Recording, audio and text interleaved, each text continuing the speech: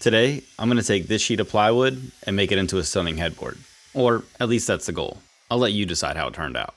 So this headboard design involves a lot of risks. I want to cut a kind of random, kind of not random set of dados into this sheet of walnut plywood. And as you probably know, the cost of lumber is relatively high. So this sheet of plywood cost me just over $225 and I really don't want to mess it up. There's an added difficulty in working with a sheet of plywood by yourself, and that it's A, really heavy, and B, it's really large. So moving it around the shop by yourself can be kind of a hassle. So the first thing I did was trim it down to a more manageable size.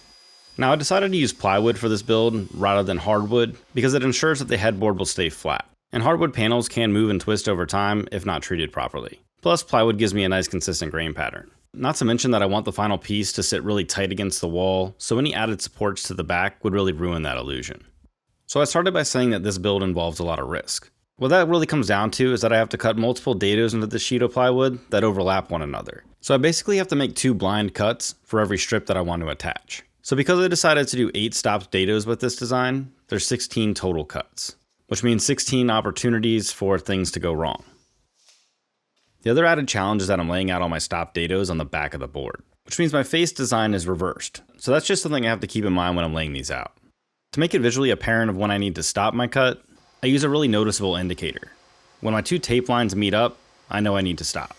An added benefit of setting my cut up this way is that I really only have to focus on keeping my board against the fence. The rest is just making sure that I stop at the appropriate time. Now because the board will likely lift while I'm cutting, these dados aren't going to be perfectly flat, but we'll deal with that here in a little bit.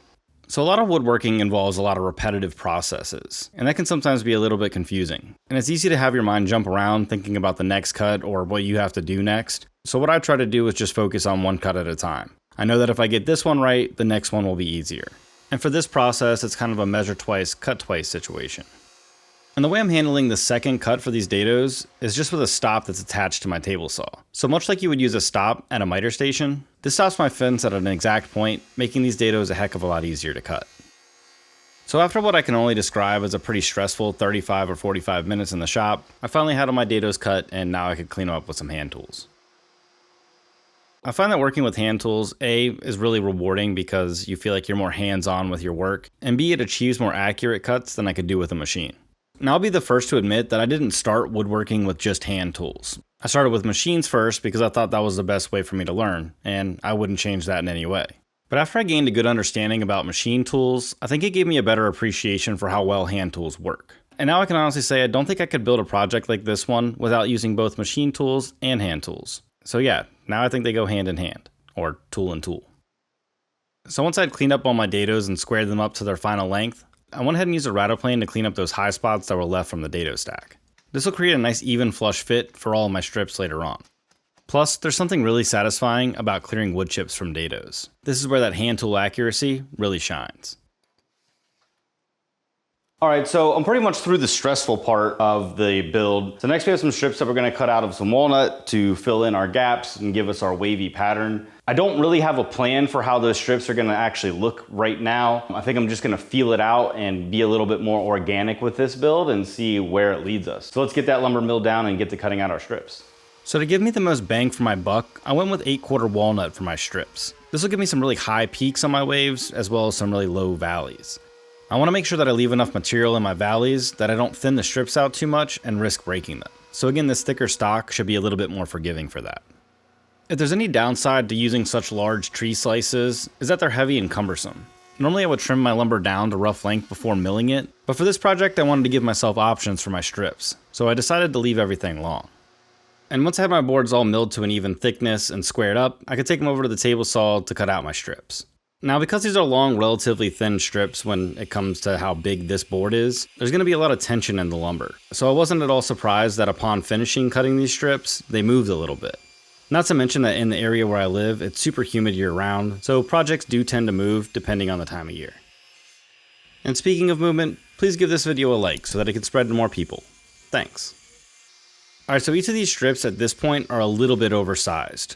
I'm shooting for a really tight fit width-wise so that I can plane back to the actual size. As for the length, I just cut off the pieces that have checked or cracked so that I can have some nice clean boards to work with. And from there I could start matching up each piece to the specific length that I wanted. The key here was that I was just avoiding a lot of those big knots that I saw on the boards, and thankfully that did work out. And I guess this is a headboard, so if it was a little knotty, it would be apropos. For this project, I'm aiming for clean face grain so that I have more options when it comes to laying out the waves. With the one caveat being that I want these strips to be about 1/8 of an inch over their actual size. This way I can flush trim all of them at once the boards are attached. This avoids me having to dial in the length exactly and gives me a little bit more wiggle room. Not to mention this has the added benefit of lessening the number of measurements that I have to nail dead on. I much prefer my piece actually dictating my lengths, which is great because the less measuring that I have to do on a project, the better. So once I had all my strips cut out to their rough length, I could go ahead and pick out my face grain. And here I'm just shooting for some strips that don't have really large cathedrals, but will still add some fun texture to the design. I want this wood grain to really flow so that it feels like the curves are organically popping out. Kind of like one of those 3D pictures I used to stare at when I was a kid. Only this time it's real, and I won't have to cross my eyes to see it. At least, I hope not. So once I had all my pieces oriented the way that I liked, I could go ahead and start finessing those edges so that they fit in the grooves a little bit better. And this is again where I turn back to the hand tools. The tolerance on the dados is pretty tight, so any deviation in thickness is going to result in the strips not fitting properly. So I use my number 4 to plane back the edge grain until the strips are the appropriate thickness. And I'll admit that this is a bit of a tedious process, but the end result is well worth the time I put into it. And that's true for a lot of different facets of woodworking. I can count on one hand the number of times that I took my time and things didn't work out properly. And the times that it didn't, I can usually chalk that up to some unforeseen circumstance. So what I'm trying to say is take your time and like this plane, things will get a lot smoother. When it came to my longer strips, anything over like 60 inches, it did get a little bit tricky because there's a lot more room for things to be out of square. So for pieces like that, I just, again, take my time and work from one side to the other. So once I was feeling groovy about how my strips were fitting, I could get to working on the waves. And to make those, I'm going to use a drawing bow.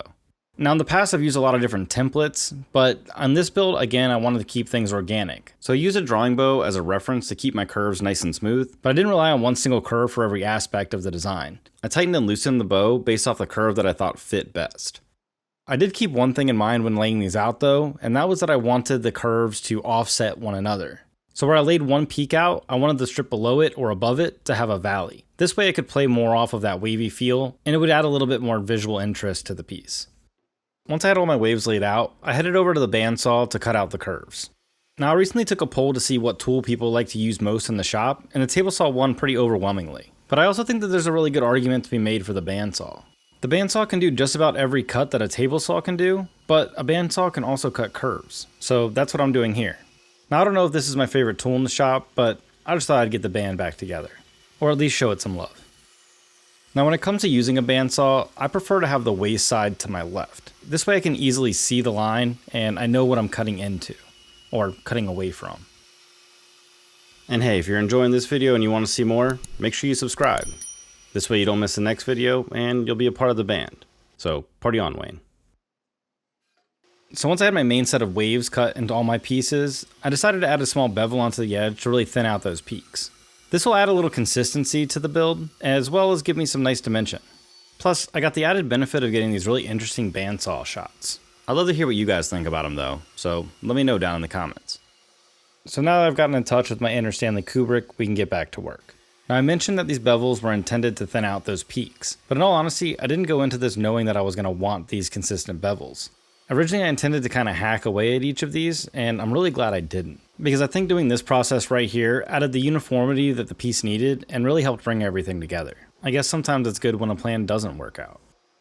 Alright, so I have all of my strips roughed out and I'm pretty happy with the shape overall. Next, I'm going to clean them up with a hand sander and a spokeshave just so we can get these finessed to their final shape. Now it's pretty humid in the shop this week, so some of these pieces are moving quite a bit. Well, once we glue everything up, we should be able to flatten them out and I'm not too worried about it. So let's get these guys shaped up and then we'll glue them down. Now the shaping process is where these curves really started making waves. And it definitely was a process. For each of the pieces, I used my random orbit sander to knock down the saw marks, and then I smoothed out each curve with a spokeshave. The main issue that I had and was concerned with when I was shaping these pieces was both breaking them and holding them. Because of their awkward shape, I didn't really have a solid way to clamp them in place so that I could work on them.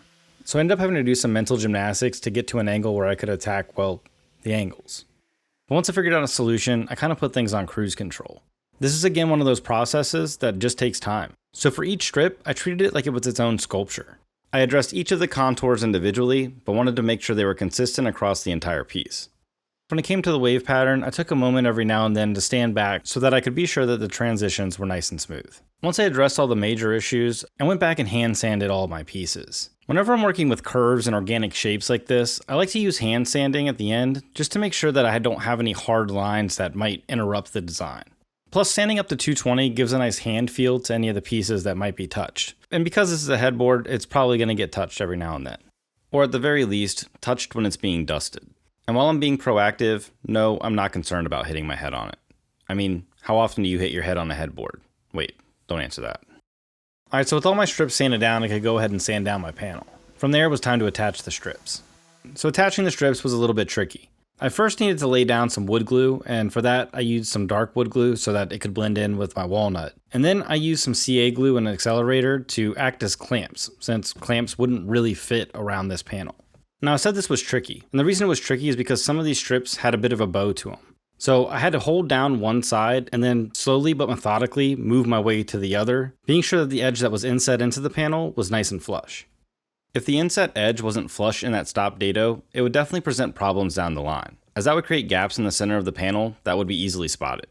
And again, the idea here is a smooth transition from the panel to the waves. Just remember we're thinking 3D picture. Okay, so with the glue dry, I cleaned up any squeeze out that occurred from the glue up. Then I could flush trim those oversized strips that we talked about earlier. I find this to be way easier than trying to match these strips to the exact length of the dados, like I would have had to do earlier if I wanted to line these strips up perfectly.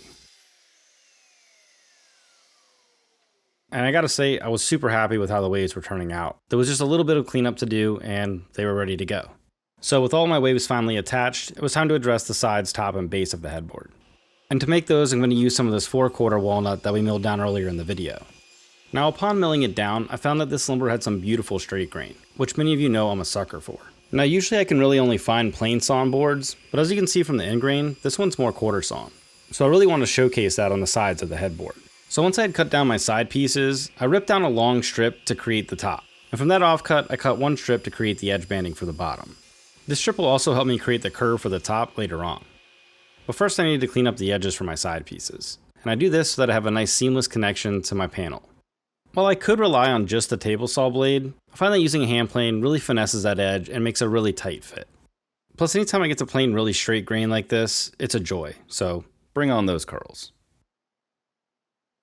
Alright, so with my top and two sides planed down, I went ahead and added a curve to the outside edge of my side pieces. Here I was just sure to mimic the grain pattern on each of my pieces. I feel like doing so really enhances the look and it takes advantage of the straight grain. For the top, I just used my edge banding piece as a guide to create a nice subtle curve across the front of the headboard. This is a nice little trick to use whenever my drawing bow won't fit or I have a piece that's too large for the drawing bow. Since I'll ultimately be shaping these pieces by hand, it's not imperative that I stay on my line. However, any major deviations are going to have to be worked out by hand, so I try my best to stay as close as possible.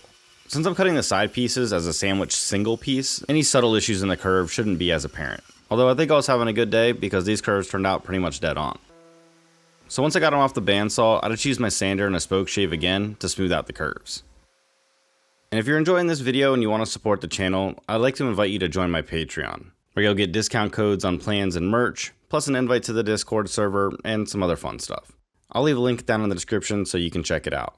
And for those of you who have already joined, thank you for your support. Alright, so here I'm just subtly rounding over the edges.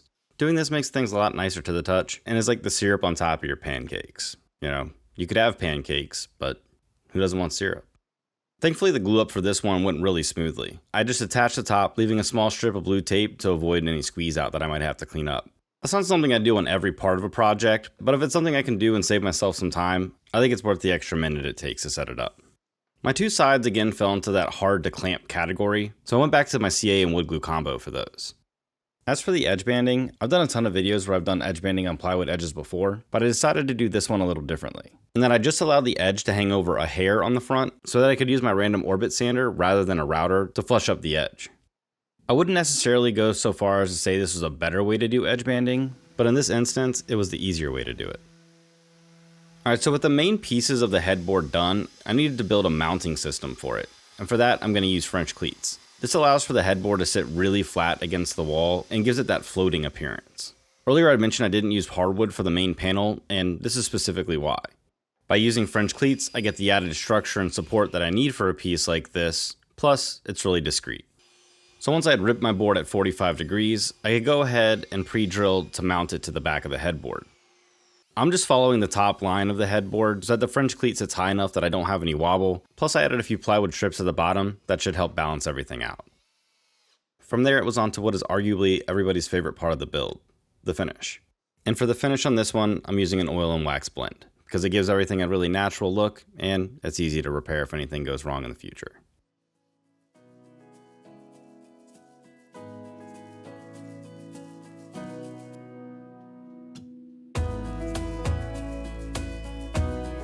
So in the end, I'd say this piece was definitely worth the risk. Not every design that I make is going to be comfortable to execute, and I think this piece is a good example of that. But ultimately, that's growth.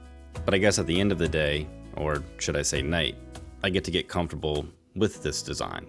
And I guess the final question would be, would I be willing to take this risk again? And that answer is yes. So until next time, let's put that one to bed.